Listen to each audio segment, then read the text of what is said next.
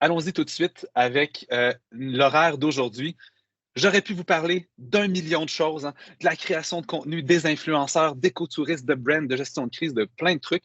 Il y a finalement trois grandes choses dont je vais vous parler aujourd'hui. Euh, je vais vous parler de choses sur lesquelles on n'a pas de contrôle, le contexte externe. On a également les clients sur lesquels je veux parler, qui est un petit peu plus externe encore. On a l'entreprise qui est un peu plus interne. Et finalement, le dirigeant, je veux parler à vous. Alors, ce sont les trois grandes sphères sur lesquelles je veux discuter avec vous aujourd'hui.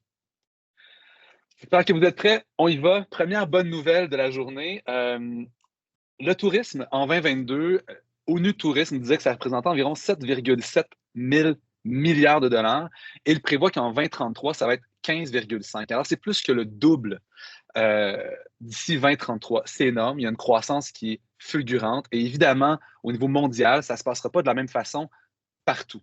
Et je ne sais pas si vous l'avez vécu, pour vous qui voyagez, pour ceux qui voyagent, c'est une priorité. Et c'est devenu une priorité. On a vu le revenge travel après la pandémie.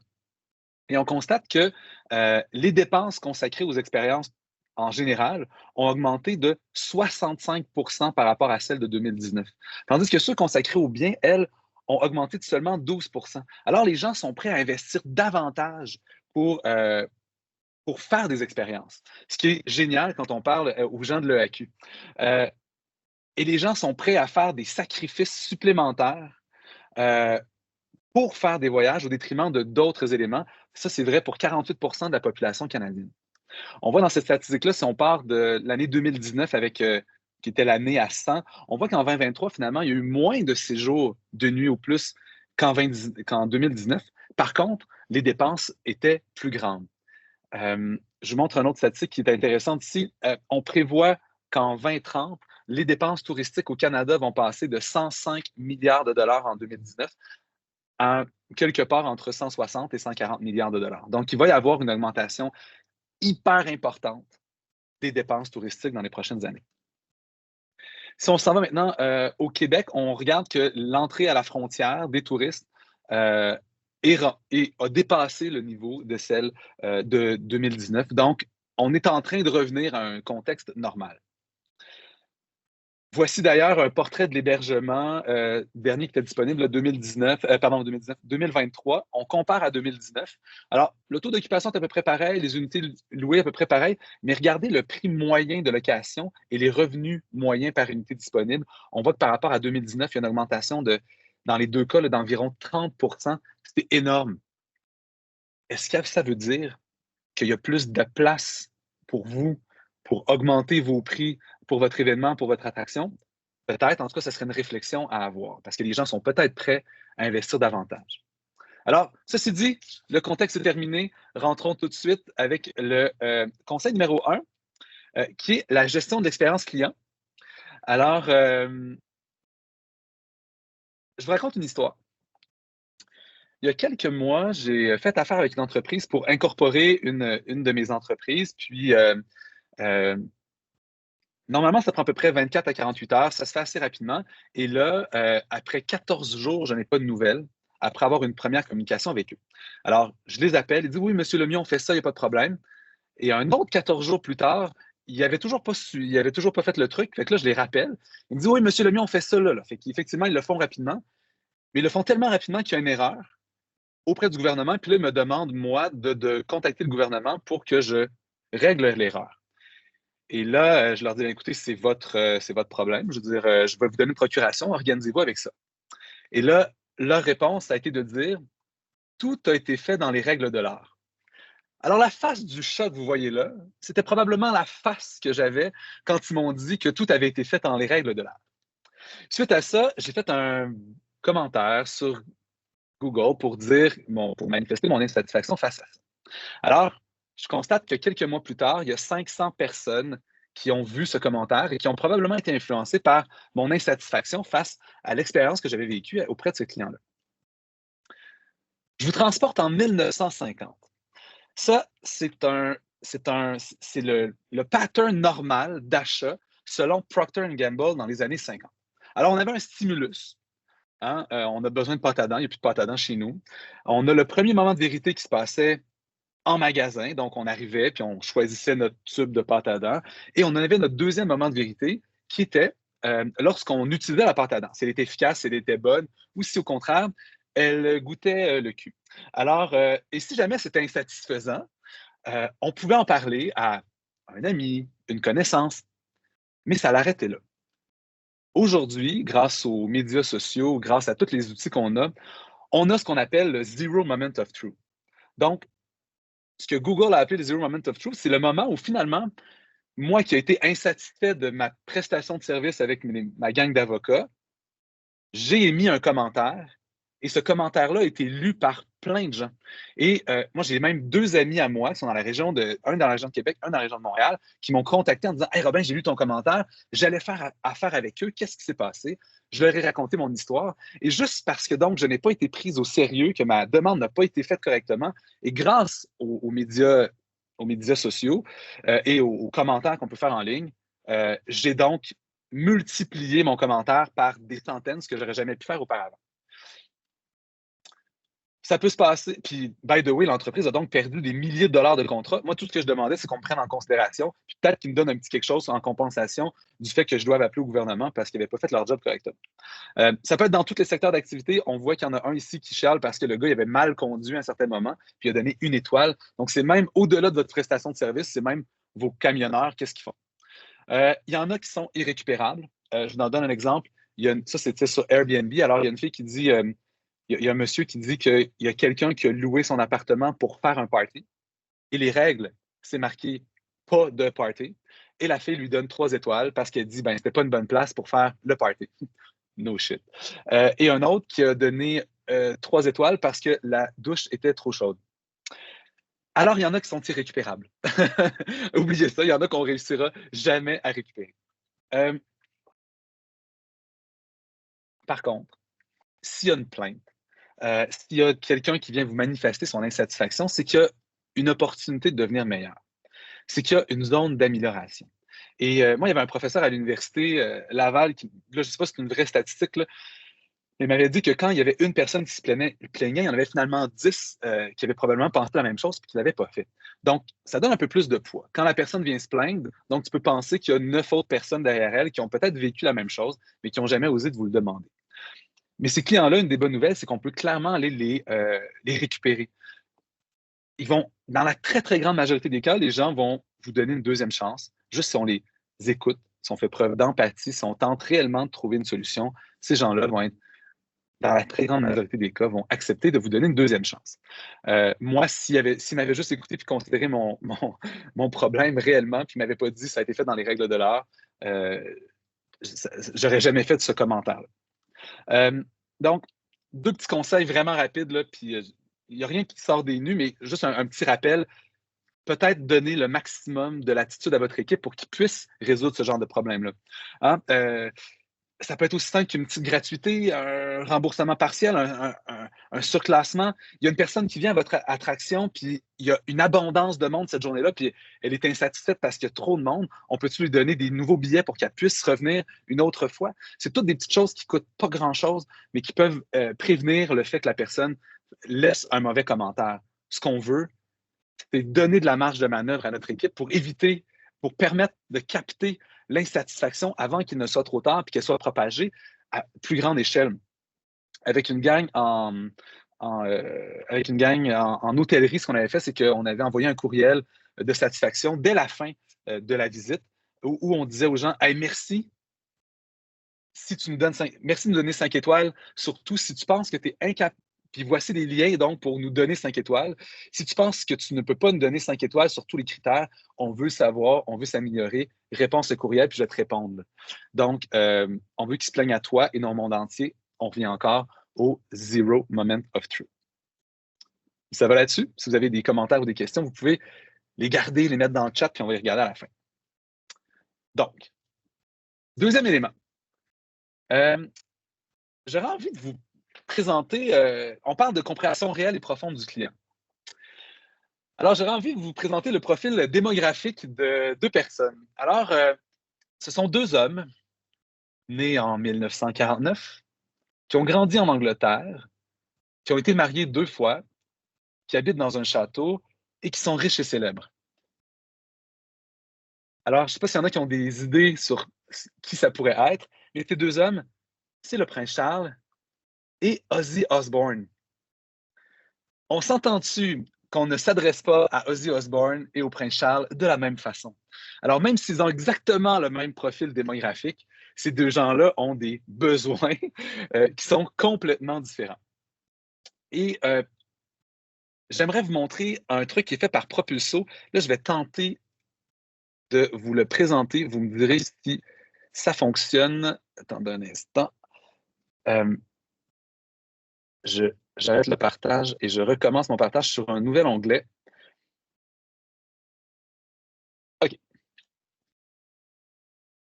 Tout le monde voit? Ça fonctionne? Faites-moi un pouce en l'air si vous voyez. Ouais. Je vois des têtes qui se hochent. Parfait. Donc, Propulso. Propulso, ils font du géofencing. Est-ce qu'il y en a qui savent c'est quoi du géofencing? Ça vous dit qu'il y en a quelqu'un qui donne des petites idées?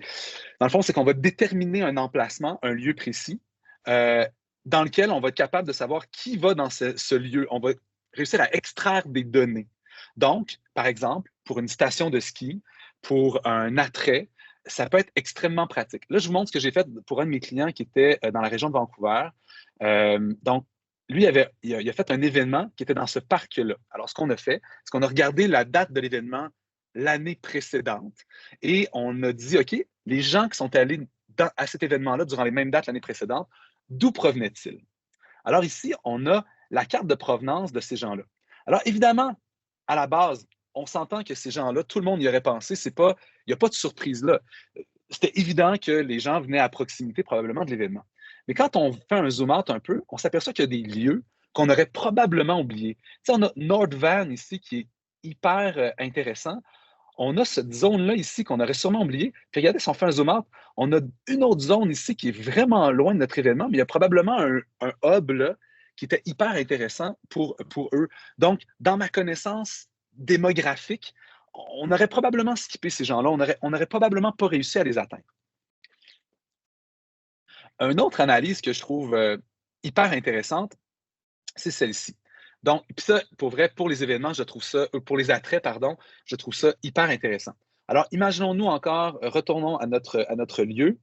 Ce qu'on constate, c'est que notre lieu qui est ici, il y a beaucoup, beaucoup, beaucoup de gens qui finalement on se rend compte qu'ils étaient au cinéma, au Cinéplex Odéon, dans ce coin-là, avant d'aller à notre événement. Donc, dans les 30 minutes qui ont précédé leur visite à l'événement, ils étaient au cinéma. Donc, ce que ça veut dire, si moi je suis un attrait puis que je vois ça, je pourrais peut-être réfléchir à un partnership avec le cinéma. Peut-être que je pourrais dire, oh, c'est peut-être une bonne place pour faire une pub au cinéma. Peut-être que je pourrais mettre une pub avant les films. Peut-être même que je pourrais faire une campagne publicitaire quand les gens sortent de la zone du cinéma, leur pousser de la pub pour dire, hey, venez faire un tour à mon événement, venez faire un tour à mon attrait. Donc, c'est juste pour vous dire que la démographie, c'est bien intéressant, mais c'est pas tout. Vous voyez, les informations démographiques qu'on avait là, on avait un âge moyen de 45 ans, puis un revenu moyen de 83 000. Mais quand on regarde de façon réelle, tous les groupes étaient vraiment similaires, puis les revenus par ménage sont plutôt diffus. Donc, c'était pas une information qui était pertinente dans ce contexte-là pour ce client-là. Donc, je vous le partage ça s'appelle Propulso. Ça coûte environ, ça coûte une couple de centaines de dollars, là, je dirais environ 700 ou 800 dollars, je pense, pour obtenir cette information-là. Donc, je recommence. Je vous repartage mon écran. Hop, c'est pas la bonne. Donnez-moi une seconde.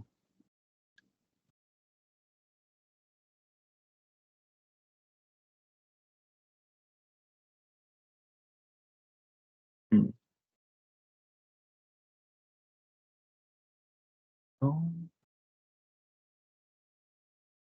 OK, cool. Donc, on était ici avec Propulso. Donc, au lieu d'y aller avec l'aspect très, comment dire, démographique, j'ai travaillé avec un client qui est dans le monde des attraits, puis on a travaillé dans les pain points de deux types de clients. Donc, on s'est aperçu dans nos clientèles individuelles, nous en avions deux. Nous avions les mères de famille et ce qu'on appelle les nostalgiques. Donc, la mère de famille, là, son pain point, c'est qu'elle veut entertainer sa marmaille. Elle veut faire une activité qui va être intéressante pour sa marmaille. De l'autre côté, nous avons les nostalgiques.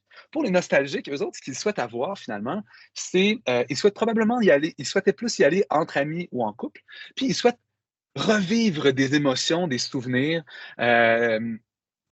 donc revivre des éléments qui leur rappelaient des souvenirs. Donc, ce qu'on a appelé donc, évidemment les nostalgiques.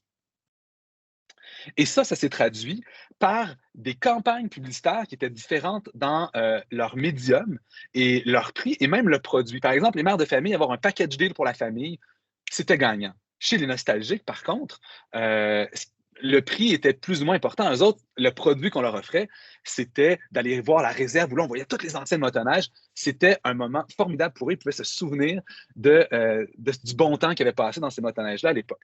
Donc, on leur proposait un produit qui était différent. Puis pour eux, le prix, c'était plus ou moins important. On pouvait même leur proposer des upgrades. Puis les canaux de distribution publicitaire étaient complètement différents. Et là, je vous en parle d'un autre. Puis ça, j'ai envie de dire, si vous avez la clientèle scolaire, là, vous pouvez prendre des notes. Je pense que ça peut être pertinent.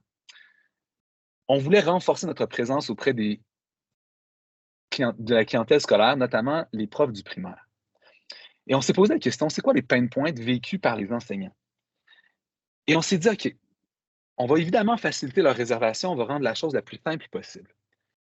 Mais on va aller une coche plus loin. On pourrait, c'est quoi que les profs haïssent faire?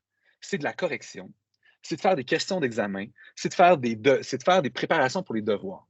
Bien, on pourrait peut-être préparer un pré-exercice que le prof pourrait donner en devoir qui va précéder la visite et qui va correspondre au curriculum qui est pour ces élèves-là de cette année-là.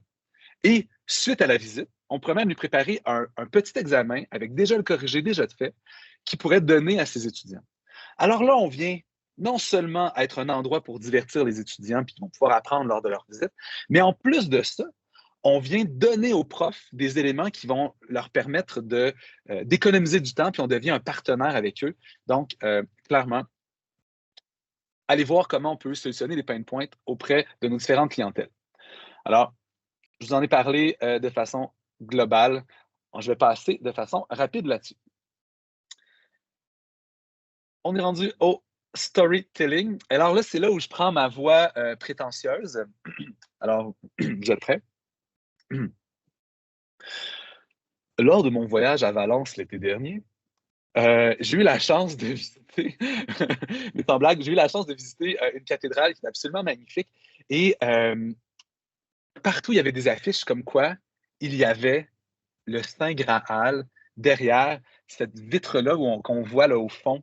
Il y avait le Saint Graal. Alors moi, évidemment, ça a marqué mon imaginaire. Mon Dieu, j'ai vu le Saint Graal. Je ne sais pas si vous êtes comme moi, mais moi, je suis né avec les histoires d'Indiana Jones qui est à la recherche du Saint Graal. Ça a marqué mon enfance. Et quand je suis revenu, écoute, je suis parti 4 semaines, puis c'était un des éléments dont j'ai parlé, là, que j'avais vu le Saint Graal. Jusqu'à ce que je constate, il y a quelques semaines, qu'il y aurait des historiens qui diraient que finalement, le Saint Graal serait probablement dans une petite ville au nord de l'Espagne qui s'appelle Léon. Et ils ont cette coupe-là depuis 1050. Ça fait probablement près de 1000 ans qu'ils ont cette coupe-là. Et ça n'a jamais été un gros enjeu. Ça a toujours été assez normal jusqu'à ce que certains historiens disent que c'est là. Et là, il y a une affluence monstre de gens qui sont arrivés. Ça a été complètement fou. Et ils ont dû prendre des mesures, ils ont dû mettre un faux, bref, ils ont fait toutes sortes de trucs. Et après quelques recherches, je me suis aperçu qu'il y avait 200 endroits dans le monde qui prétendent finalement avoir le Saint Graal. Mais chacun de ces endroits-là qui prétendent avoir le Saint Graal bénéficie quand même de cette image-là, de cette connexion émotive et historique qu'on a tous à l'intérieur de notre tête par rapport à cet élément, à cette icône-là qui est connue du monde entier. Je vous en présente 2 derniers. On a tous en tête le bed-in de John Lennon et de Yoko Ono à Montréal, au Reine-Élisabeth. C'est là où ils ont créé la chanson Give Peace a Chance. Ça a pris presque 30 ans avant que le Reine-Élisabeth remodèle cette suite-là, vraiment à l'image de ça. Et aujourd'hui, cette suite-là, elle est louée. Et le prix du storytelling, c'est presque le double de la même suite à côté qui est normale, sans l'histoire de John et Yoko. Donc, comme quoi le storytelling est assez intéressant. Et je vous en donne un dernier. Si je vous dis que je vous invite à marcher 800 km tout seul, mais des fois, il va y avoir beaucoup trop de monde. Il n'y a pas vraiment de moments Instagrammables. Il n'y a pas de grosses attractions touristiques. Il y a déjà eu des morts, mais ce n'est pas des grosses côtes. Pourtant, il y a des dizaines de milliers de personnes qui y vont par année. Je parle évidemment du chemin de Compostelle. Et pourquoi cette route-là est aussi populaire et aussi euh, célèbre dans le monde? C'est clairement la portion historique, toute l'histoire du pèlerinage derrière cette route-là. Et là où je fais le lien avec une attraction québécoise, c'est la région de lac mégantic qui ont créé un sentier. C'est le sentier que je faisais quand j'étais petit au Mont-Saint-Joseph et qui ont appelé le Mini-Compostelle. Et c'est une route que tu peux faire entre 2 et 6 jours.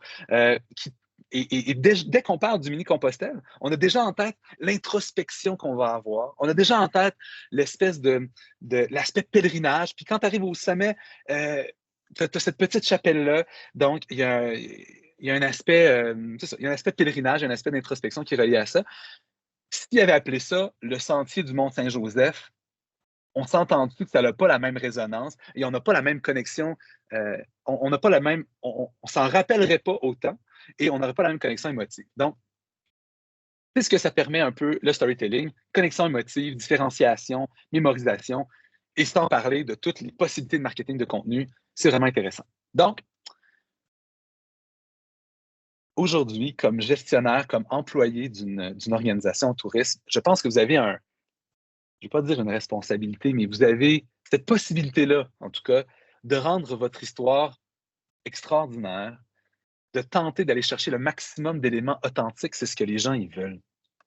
Puis arriver avec des propositions simples, inattendues, concrètes, évidemment, mais si vous pouvez avoir des anecdotes, le maximum d'anecdotes, c'est toujours vraiment génial.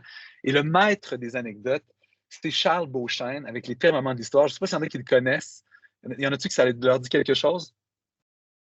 Si vous n'avez jamais écouté son podcast sur les pires moments de l'histoire, garochez-vous, c'est extraordinaire. Et lui, c'est le maître des anecdotes et il nous permet de nous remémorer des choses.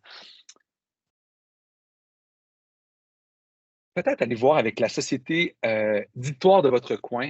Est-ce que votre lieu était un lieu de passage pour les Amérindiens, les Abénaquis ou les Premières Nations en général? Est-ce que c'est un terrain qui appartenait à une personne célèbre? Est-ce que ça a été comment a été créée votre entreprise? C'était-tu une histoire d'une famille X ou Y qui a des liens historiques? Est-ce que ça a été on peut penser même à des récits universels. Est-ce que ça a été un endroit où il y a eu une histoire d'amour incroyable ou encore où il y a eu des méchants? Bref, qu'est-ce qu'on est capable de trouver à l'intérieur de ce qu'on a pour rendre notre histoire encore plus unique, encore plus authentique? Écoutez, jusqu'à présent, ça va-tu? Est-ce que je parle trop vite? Ça va-tu? Faites-moi un pouce en l'air si ça fonctionne bien. Oui? Ouais, j'ai quelques pouces en l'air. Génial. Merci beaucoup. Merci, merci. OK. On arrive avec la portion innovation numérique et marketing stratégique. C'est mon dada, évidemment. Je pourrais vous en parler pendant des heures et des heures. Mais on va faire ça en 3 minutes. Alors, avant ça, nous étions dans une philosophie qu'on appelait souvent spray and pray. C'est drôle, Paul Arsenault en a parlé lors d'une conférence récemment, puis j'ai mis sa slide. Je suis allé l'emprunter sur Internet. Alors, cette image-là que Paul avait lui aussi empruntée sur Internet. Donc, à l'époque, ce qu'on faisait, c'est qu'on achetait de l'audience. On achetait des paires de yeux. On achetait du lectorat.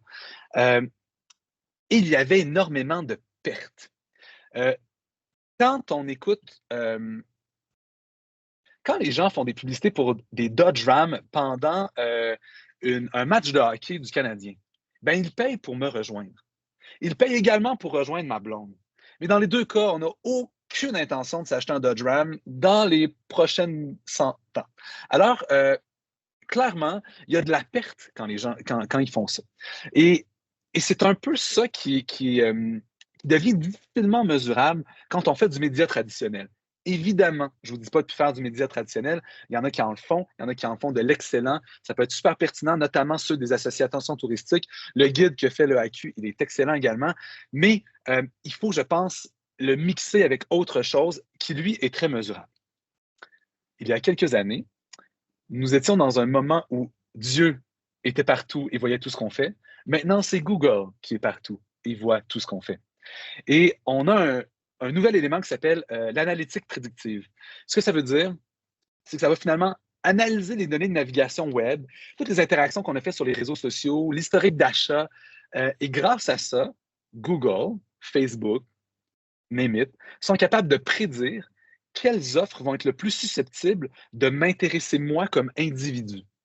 Et on va donc être capable d'avoir des messages qui vont hyper personnaliser.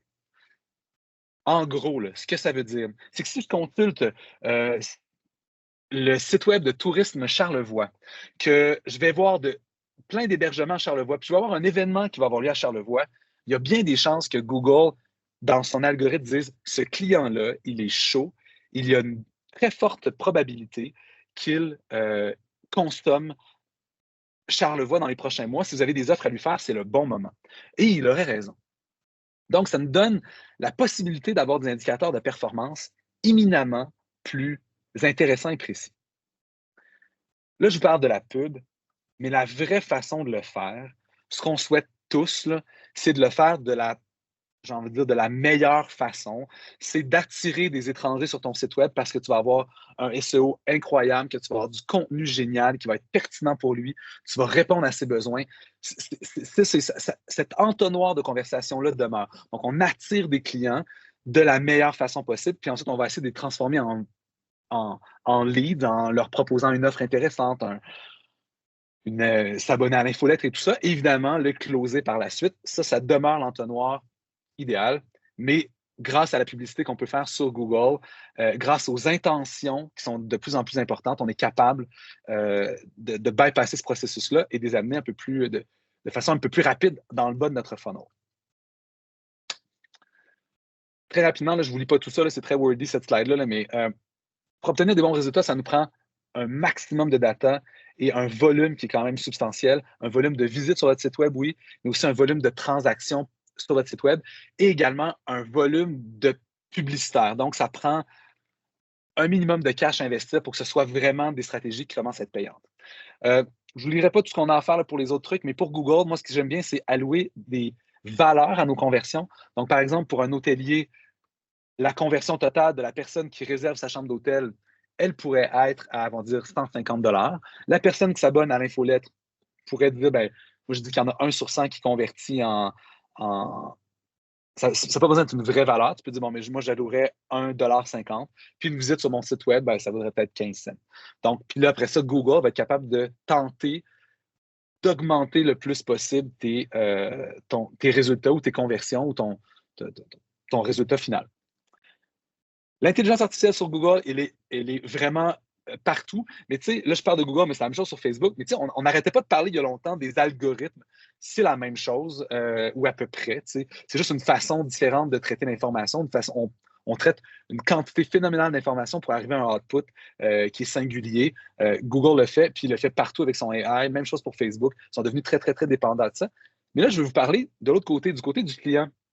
En parlant d'intelligence artificielle, ce qu'on constate, c'est qu'il y a 40 des voyageurs qui seraient prêts à utiliser cette technologie pour dénicher l'hébergement parfait ou même 35 l'utiliseraient pour planifier des activités. Et ça, c'est une étude de Expedia. J'ai fait le test. On était supposé aller en Bretagne et j'avais mes beaux-parents qui étaient avec moi, qui avaient 60 ans passés. Donc, j'ai fait plusieurs heures de recherche pour créer un voyage qui allait leur plaire, qui allait être intéressant pour eux, mais qui allait pouvoir faire aussi, qui ne comportait pas des trop longues marches et tout ça. Puis j'étais arrivé à peu près à une dizaine d'éléments que je voulais faire. Et je me suis dit, je vais tester ChatGPT. Et c'est ce que j'ai fait. J'ai tapé dans ChatGPT un voyage en Bretagne pendant X nombre de temps avec des gens de cet âge-là. Puis il m'a sorti, sur les 10 éléments qu'il m'a sortis, il y en avait 8 que j'avais identifiés dans ma recherche, qui m'a pris plusieurs heures. Puis il y en avait 2 autres qui m'avaient sorti que je n'avais pas identifiés. Bref, c'est une technologie qui est de plus en plus intéressante. Là où je m'en viens avec ça, c'est que se positionner sur Google, on le sait comment ça fonctionne. On connaît les règles de Google. On sait qu'il faut avoir, on sait comment faire au niveau SEO. Mais comment on fait pour se positionner sur ChatGPT, c'est vraiment moins clair. Et encore en date d'aujourd'hui, je ne suis pas capable de vous répondre à savoir comment on fait pour se positionner de façon favorable sur ChatGPT. Et ça va devenir un enjeu de plus en plus important pour les destinations touristiques. Euh, Personnellement, je vous proposerais d'aller jouer avec ça. Allez-y, amusez-vous. La version 3.5 de ChatGPT, elle est gratuite. Allez vous amuser avec ça, c'est déjà en masse. Mais si vous voulez vraiment aller une petite coche plus loin, moi, je vous suggère payer pour la version 4 de ChatGPT. Vous allez, comme vous allez payer, vous allez l'utiliser plus. Ça coûte 20 $ par mois. Mais aussi Microsoft Copilot qui est disponible souvent, quasiment gratuitement dans les. Tu sais, quand tu as la suite 360 et tout ça, c'est souvent disponible. Puis c'est linké directement là-dessus. Moi, j'ai entendu une conférencière récemment dire vos jobs ne seront pas remplacés par l'intelligence artificielle. Par contre, vous allez peut-être être remplacé par quelqu'un qui utilise l'intelligence artificielle pour votre job. Et je trouvais ça intéressant et épeurant. Fait que soyez dans la deuxième catégorie, s'il vous plaît. Je veux parler de 30 secondes du CRM. C'est plus important que jamais. Ce sont des données internes qui sont d'une valeur inestimable. Si vous n'avez pas si vous n'avez pas planifié de campagne publicitaire courriel, de campagne par courriel pour l'été prochain, si vous avez une chose à faire à la suite de ce webinaire-là, c'est d'aller faire ça.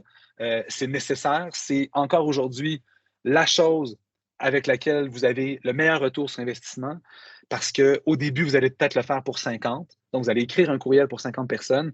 Mais quand vous allez en avoir 500 ou 5000 ou 50 000, ça va devenir le retour sur investissement, il va décupler à chaque fois. S'il vous plaît, c'est des données qui sont extrêmement précieuses. Tous les gens qui ont fait affaire avec vous, qui sont allés chez vous dans les 2 dernières années, vous avez le droit de les contacter. Donc, vous pouvez le faire. Tous ceux qui ont travaillé, qui vous ont donné leur courriel parce qu'ils ont eu une transaction chez vous dans les 2 dernières années, vous avez le droit de le faire. Malheureusement, on dépend de plus en plus également des données, des collectes de données externes de Google, de Meta, de Microsoft, d'Apple, d'Amazon, name it. Alors, malheureusement, c'est ça, mais tout ce que vous pouvez maximiser en termes de données internes, allez-y, s'il vous plaît, faites-le. Évidemment, il faut vous conformer à la loi 25. Arrangez-vous. Non, mais pour le faire, il faut absolument se conformer à ça. C'est compliqué, je ne vous en parle pas plus aujourd'hui. On pourra parler ensemble si vous voulez.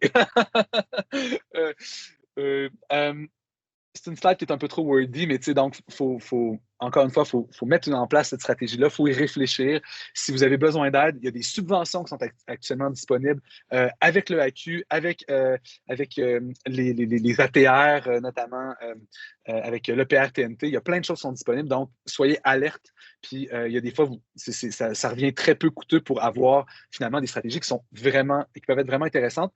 D'ailleurs, le AQ avec Isabelle, qui est extraordinaire. Elle va vraiment vous permettre de vous aiguiller sur la bonne subvention que vous avez besoin. Il reste encore un peu de sous disponibles.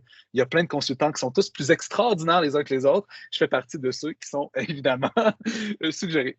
Blague à part, si vous voulez vraiment Isabelle, elle est géniale. On est rendu dans les deux derniers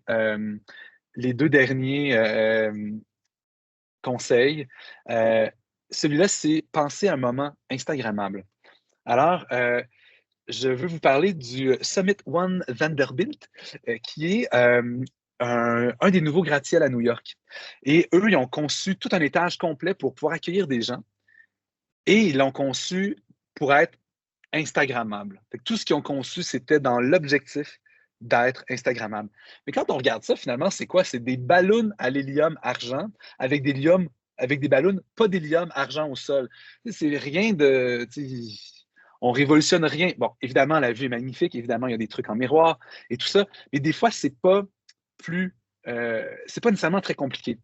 À Los Angeles, actuellement, tu peux louer un faux fuselage d'avion pendant 1 heure pour faire des photos de toi dans un faux fuselage d'avion pour faire semblant que tu es dans un jet privé. C'est pathétique, mais ils font de l'argent avec ça. Et c'est juste pour vous dire à quel point les gens ont envie de se mettre en scène aujourd'hui. Ils ont envie de se mettre en scène et de le partager et de l'envoyer à leurs amis. On revient on revient encore à ça, à partager avec les gens.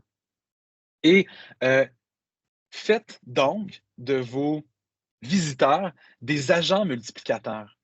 Réfléchissez. Avez-vous actuellement un moment Instagrammable? Et si vous n'en avez pas, essayez d'en créer un. Puis, je vais revenir avec ça à la fin, mais je pense que je vais en parler tout de suite. On parlait tantôt des subventions. Avec l'EPR-TNT, il y a des subventions disponibles pour l'adaptation technologique. Mais pour améliorer l'expérience client au niveau technologique, est-ce qu'on serait capable d'améliorer l'expérience client au niveau technologique et en même temps créer un moment Instagrammable? Peut-être. Alors, regardez avec votre ATR, regardez avec l'EAQ ce que vous êtes capable de faire. Même chose pour le développement durable. Il y a plein de subventions actuellement qui sont disponibles pour le développement durable. Et moi, je me souviens, dans les ZooBox au vert tendre, il y a un vélo. Si tu veux avoir du courant électrique pour faire du popcorn, il faut que tu pédales sur un vélo. C'est drôle, c'est ludique, c'est le fun. Tout le monde se prend en photo, se prend en vidéo, en vélo, en train de pédaler pour avoir du courant. Ça devient amusant. On a notre cœur de gamin qui ressort, mais en même temps, on peut peut-être aller chercher des subventions, développement durable pour faire ça, c'est possible. Regardez avec votre ATR. Et le AQ. Ça n'a pas nécessairement besoin d'être coûteux ni compliqué. La chaise immense Adirondack, c'est la chose la plus quétaine de l'univers. Mais je ne sais pas combien de fois j'ai pris des photos avec mes enfants sur la chaise Adirondack. Tu sais, je veux dire, c'est un grand classique. Et qui ne l'a jamais fait? Hein? Alors, on est tous coupables d'avoir photographié ça de façon, d'être coupable de ça. Donc, laissez aller votre cœur d'enfant, ça n'a pas besoin de coûter une fortune. Dernière chose que je vais vous dire, c'est que ce n'est pas nécessairement les choses les plus les plus belles qui sont les plus Instagrammables. Je vous parle de Foresta Lumina. Le moment que je préfère à Foresta Lumina, c'est un moment où c'est magnifique. Si vous n'avez jamais Foresta Lumina, il faut que vous y alliez. En bas, tu as comme 1 million de lasers qui sont un peu partout sur le bord de la rivière. On a l'impression d'être dans un autre univers. C'est fantastique, c'est magnifique. Mais en photo, ça sort vraiment mal parce que c'est le soir, parce qu'on ne voit pas grand-chose. Tandis que en haut, sur le pont, on a euh, cette fenêtre-là, cette espèce de cadre-là lumineux où il y a de la fumée qui sort et tout le monde cherche à se mettre en scène devant ce cadre-là. Et c'est pas l'endroit le plus spectaculaire du tour, mais c'est celle qui se vend le mieux au niveau Instagram. Donc, soyez juste alerte à ça. Écoutez, finalement, il nous en reste deux. Le 6 et le 7e. Tantôt, je fais une erreur. Il nous en restait trois, évidemment. Donc, je veux juste vous parler des objectifs SMART. Vous avez sûrement vu dans votre vie des consultants et les trucs qui vous parlaient des objectifs SMART. Vous allez dire c'est du déjà vu, vous avez raison. Mais il y a une chose qui est sûre. À chaque fois que je commence à travailler avec une nouvelle organisation, je commence toujours en regardant les objectifs SMART et ça donne des résultats qui sont vraiment, vraiment intéressants. Alors, je vais vous laisser 60 secondes pour écrire votre objectif SMART d'ici la fin de la saison estivale. Alors, je commence maintenant. Je vous donne 60 secondes, top chrono. Je me permets de poursuivre quand même pendant que vous l'écrivez. Évidemment, ça doit être spécifique, mesurable, atteignable, réaliste et temporellement défini. Donc, le temporel, on l'a défini, c'est à la fin de la saison estivale. Ça peut être l'augmentation de votre achalandage, l'augmentation des visites sur le site web, l'augmentation du nombre d'abonnés à votre infolette. Et j'en veux une seule. Si jamais vous le souhaitez, vous pouvez partager cet objectif-là dans la conversation, dans les commentaires, dans le chat, si ça vous appartient vraiment. Je vous laisse, euh, regarder ça.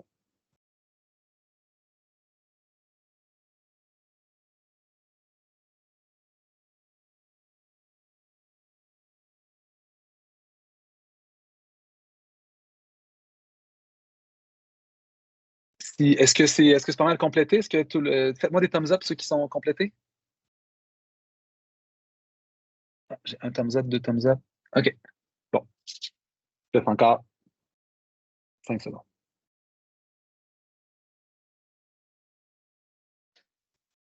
Et là, j'ai une question qui va suivre votre objectif SMART. De quelle manière vous communiquez cet objectif-là à votre équipe? Comment ça percole ou ça redescend dans votre organisation? Cet exercice-là, je l'avais fait avec la dirigeante d'une organisation il y a quelques années, qui m'avait partagé son rêve. Elle m'avait partagé son rêve. Elle dit, Robin, moi, je pense qu'on est capable. Ben, mon rêve, là, ce serait que dans 3 ans ou dans 5 ans, on soit capable d'atteindre cette quantité-là de visiteurs. Mais elle dit, c'était impossible. Je sais que c'est un grand rêve, ce ne sera jamais atteint, mais ça, ce serait mon rêve. Mais vous savez quoi? En l'espace de 2, on l'a partagé à l'équipe, c'est devenu notre mantra. Et en l'espace de 2 ans, on a réussi à atteindre cet objectif-là qui est pensé absolument inatteignable. Puis, je vous en ai demandé juste un parce que ça donne la puissance du focus. Il y a un livre qui est super intéressant qui s'appelle The One Thing. Puis, il y a un gestionnaire qui, lui, quand il rencontrait ces gens en one-on-one, il ne voulait que parler que d'une seule priorité. La seule chose dont il voulait parler, c'était la priorité numéro 1 de la personne. Il ne voulait rien savoir d'autre. Et lui, il mesurait la performance de cet employé-là uniquement sur l'avancement de ce dossier-là qui était sa priorité. Je peux vous dire que cet employé-là, il disait non à bien d'autres choses pour être certain que la chose avance comme il le souhaitait. Mais là, je reviens à de quelle manière communiquez-vous ça à votre équipe? Est-ce que vous faites la mesure de ça à tous vos meetings, semaine après semaine ou journée après votre équipe, voir où est-ce qu'on se situe par rapport à cet objectif-là, par rapport à l'année dernière? Est-ce qu'on est en train d'atteindre cet objectif-là? Ça pourrait être intéressant. Puis la raison pour aussi de n'avoir juste une, il y avait une dirigeante, le rédacteur de ce livre-là parlait à une dirigeante et elle avait 18 priorités prioritaires pour la prochaine année. Et il y avait dit, écoute, il va falloir que tu fasses le ménage, il va falloir que tu en enlèves. Puis quand il est revenu, elle en avait enlevé 2. Fait qu'il y avait 16 priorités prioritaires dans l'équipe pour l'année prochaine. L'équipe ne savait pas à quel sein se vouer. Ça a été très, très, très complexe. Donc, on continue. J'aurais envie, puis là, je ne vous donnerai pas du temps pour le faire, là, mais j'aurais envie également que vous regardiez un objectif pour vous. Vous, comme être humain, comme professionnel, comme expert en tourisme, où est-ce que vous voulez être dans 2 ans, 3 ans, 4 ans, 5 ans? Et ça m'amène à vous parler de ma dernière slide, qui est ma dernière portion, qui est un peu un fourre-tout, qui veut parler un peu de vous. Moi, je considère que les dirigeants d'entreprise, que les entrepreneurs, que les gens qui dirigent des équipes aujourd'hui, là, ce sont des super-héros modernes. Ils doivent gérer des budgets, gérer des équipes. Il faut que ce soit des experts en ressources humaines, il faut que ce soit des experts en 1000 affaires. Ils doivent s'adapter à un rythme effréné. Moi, je considère que vous êtes des super-héros modernes. Puis, je pense que c'est important de continuer à croître. Et un livre demandé que j'avais lu qui était super intéressant, la personne a suggéré de devenir 1% meilleur à chaque jour.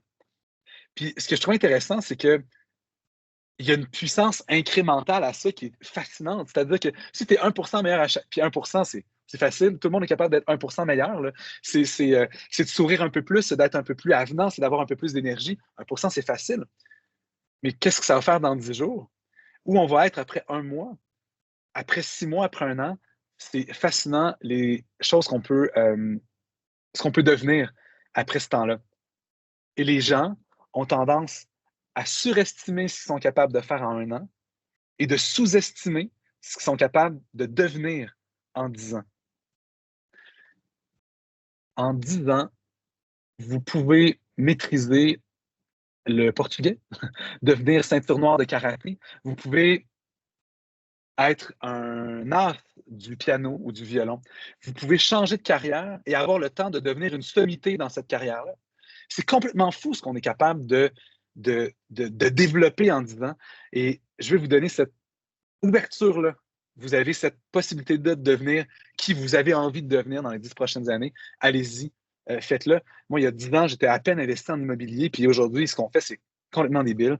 Donc, vraiment, je vous souhaite sincèrement, si vous avez la chance d'aller chercher du mentorat, du coaching, je vous souhaite fortement. Il y a un groupe au Québec qui s'appelle le Réseau Mentorat. Eux autres vont vous assigner un mentor. Ça coûte 100 $. C'est extraordinaire. Moi, j'en ai un depuis quelques années. Moi, je suis moi-même mentor et je suis mentoré.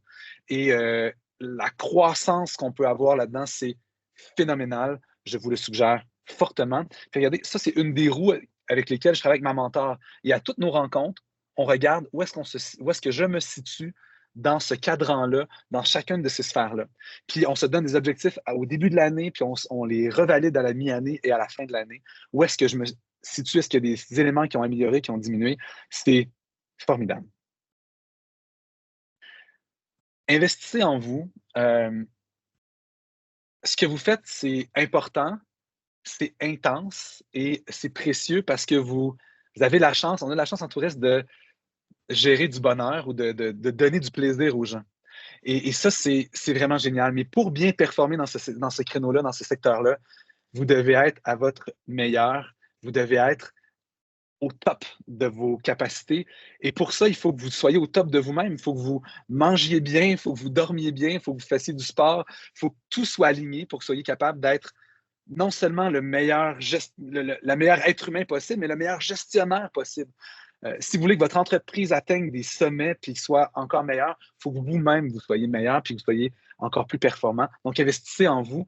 Puis, je parle également du développement durable. On en entend tellement parler. Formez-vous, achetez des formations en développement durable. Il y en a plein aussi qui se donnent gratuitement. L'intelligence artificielle, on le sait que ça va être quelque chose qui va disturber, là, qui va déranger l'industrie ou qui va être Prenez des formations là-dedans. Regardez ce que vous pouvez faire pour ça.